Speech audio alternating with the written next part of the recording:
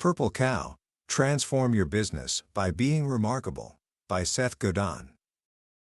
Introduction. Imagine for a moment that you're driving through the French countryside. It's beautiful. Rolling green hills, picturesque farms, and dotting the landscape, hundreds of storybook cows grazing peacefully. For the first 20 minutes, you are absolutely captivated. You point them out. You marvel at the scene. It's exactly like you imagined it would be. But then, something shifts. The next cow you see looks just like the last one. And the one after that, well, it's also a cow. What was once amazing, magical even, has become common. Worse than common. It's become boring. After a while, a field full of perfect, beautiful, well-behaved cows is just invisible. But what if, in the middle of that sea of black and white, you suddenly saw a purple cow? Now that would be interesting. You'd stop the car. You'd take a picture. You'd tell everyone you know about the day you saw a purple cow. For a while, at least, it would be the most remarkable thing you'd ever seen. That simple, powerful image is the heart of a book that changed the world of business forever. It's called Purple Cow, by the legendary marketing thinker Seth Godin. When it was first released, it was so radical that Godin's own publisher refused to print it, telling him it would never sell.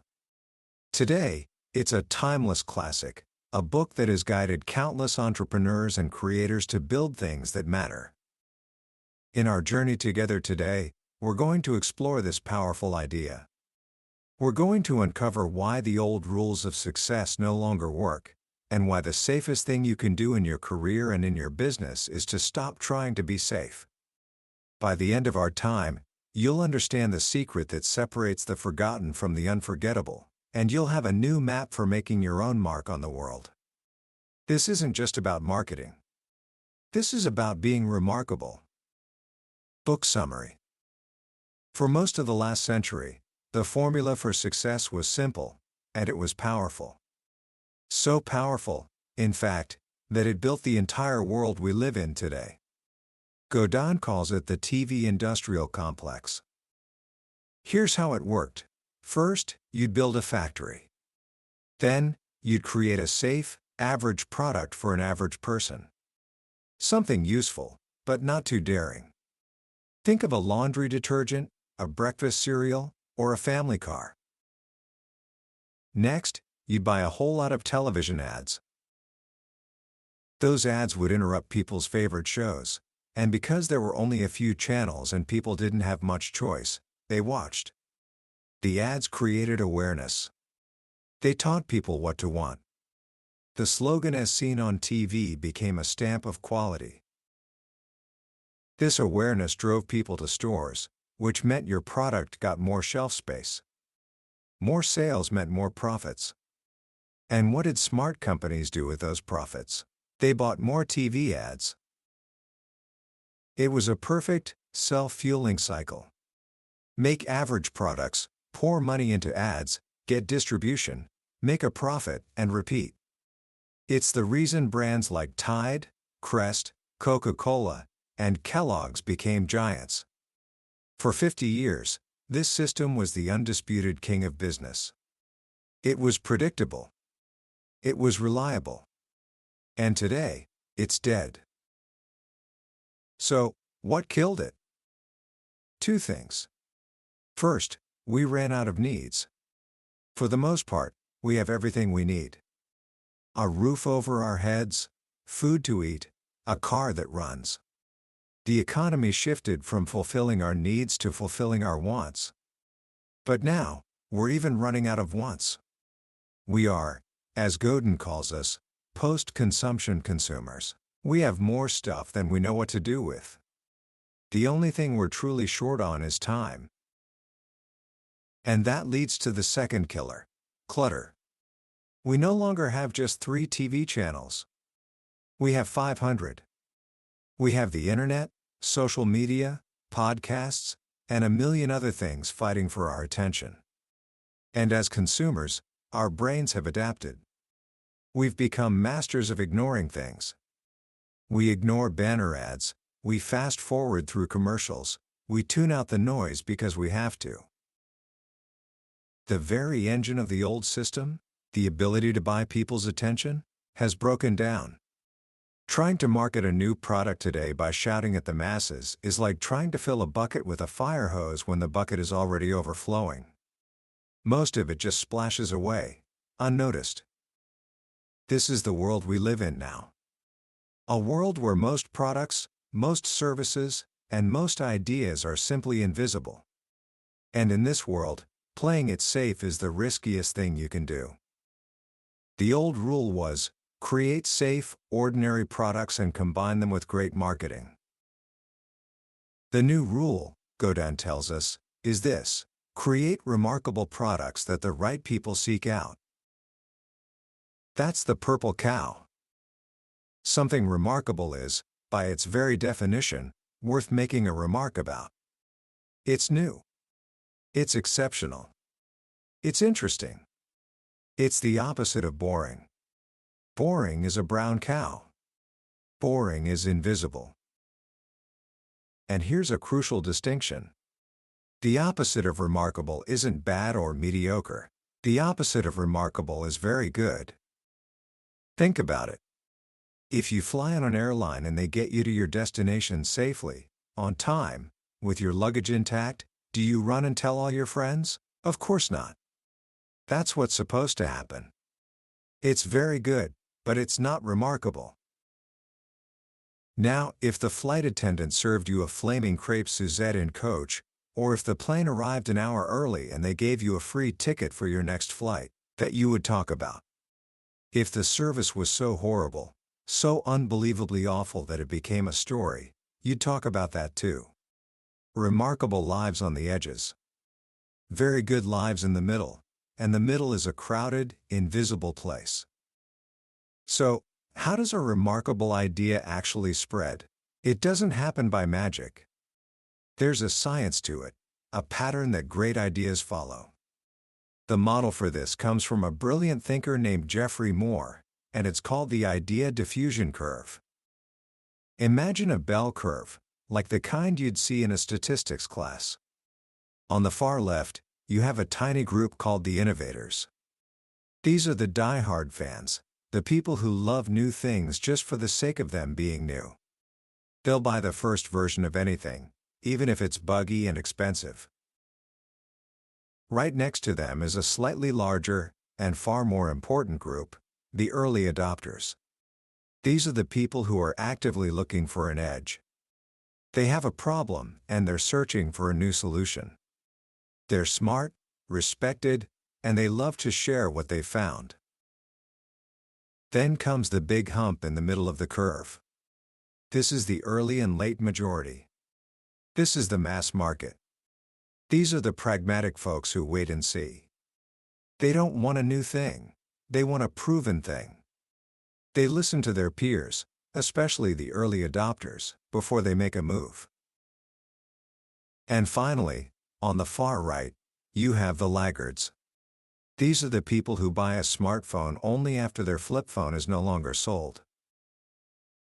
For decades, the TV industrial complex focused all its energy on the big majority in the middle. But here's the revolutionary insight: the majority is no longer listening to marketers. They're too busy, and they don't trust ads. The only people they listen to are their friends, the early adopters. This means if you want your idea to reach the masses, you can no longer go to them directly. It won't work. You must start on the left side of the curve.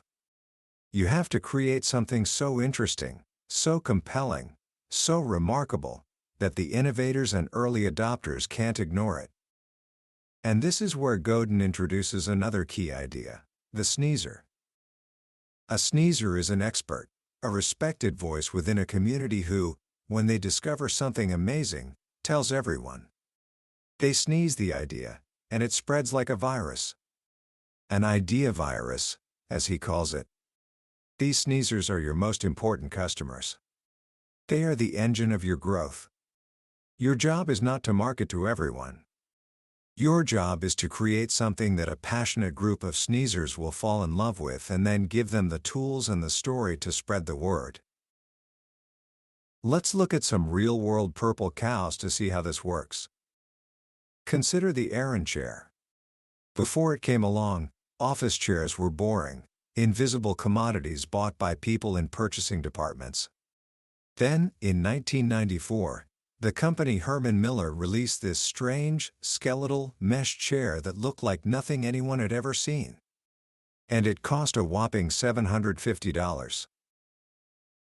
For a traditional purchasing agent, this was not a safe choice. It was weird and expensive. But for the design-obsessed, tech-savvy early adopters of the 90s, it was a status symbol. It sent a message about who you were and what your company valued.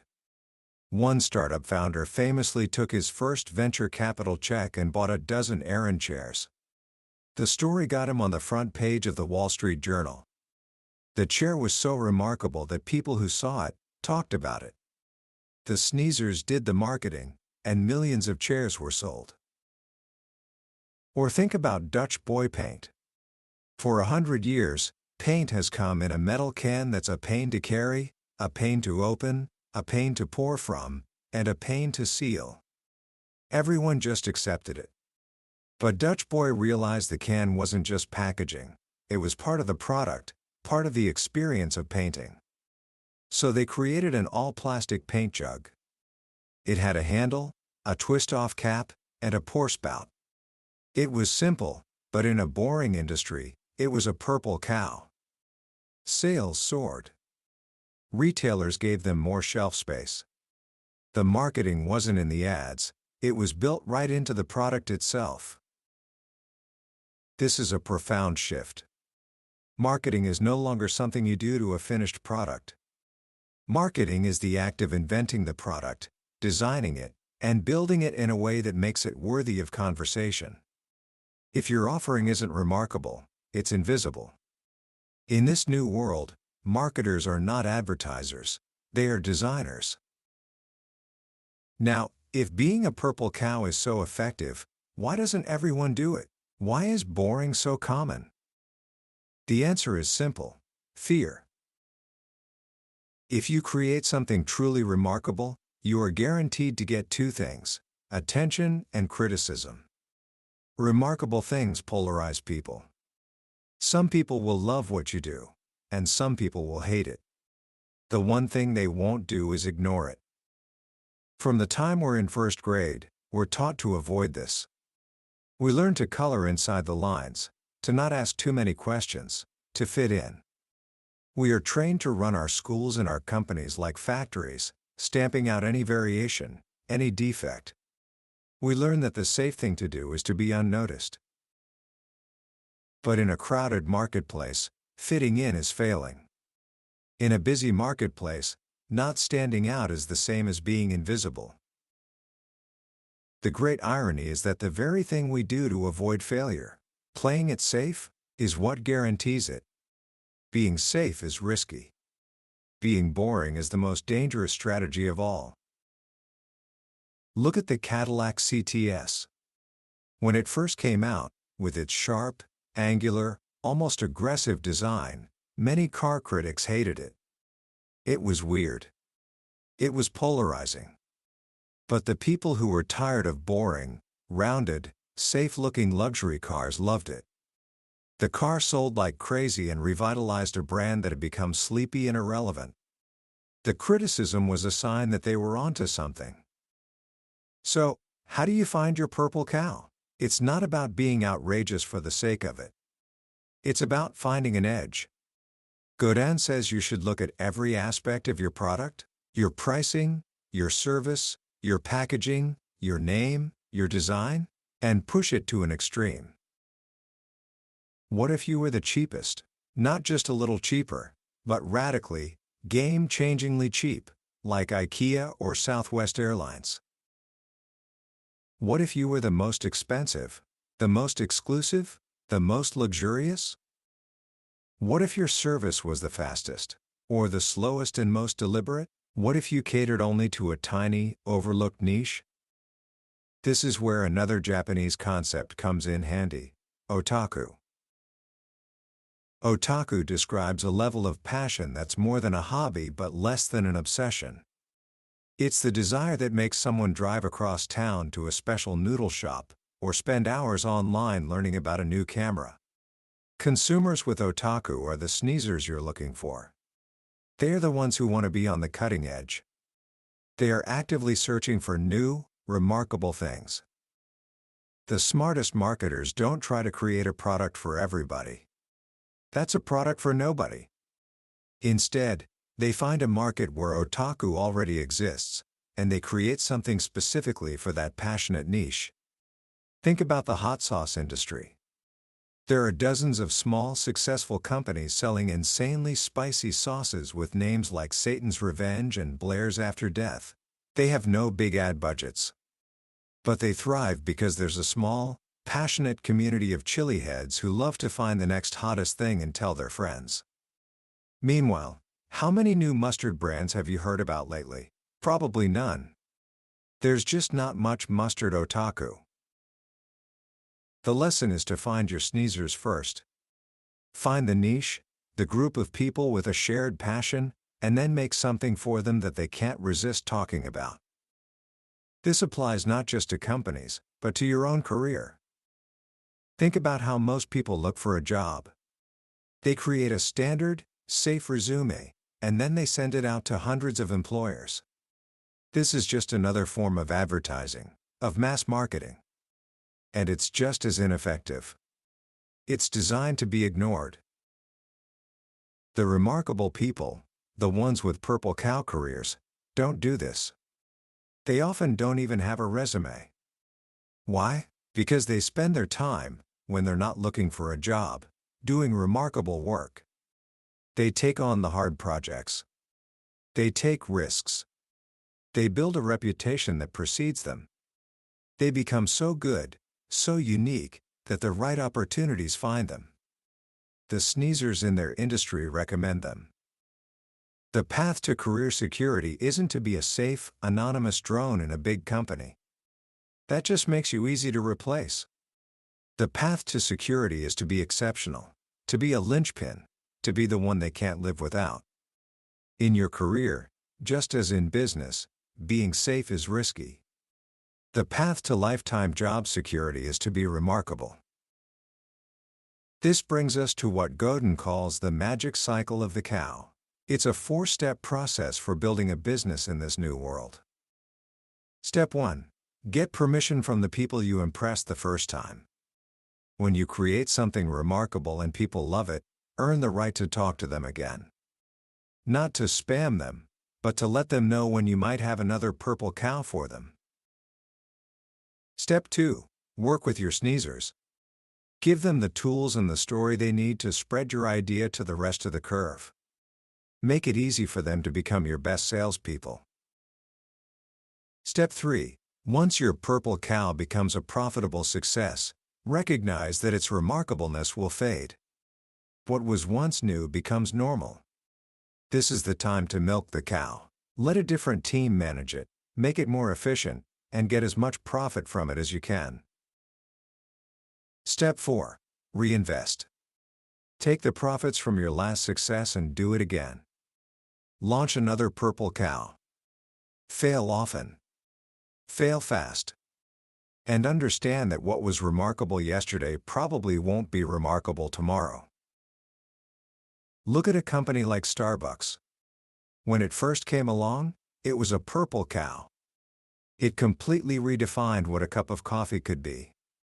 That initial burst of remarkable innovation allowed it to grow into a global giant. Now, you could argue that Starbucks is a bit boring. It's everywhere. But that first cow gave them the platform and the profits. Their challenge now is to create the next purple cow to continue their growth. The cycle must continue. Ultimately, the message of Purple Cow is both a warning and an incredible opportunity. The warning is that the old ways are gone. The world of safe products and big ad campaigns is over.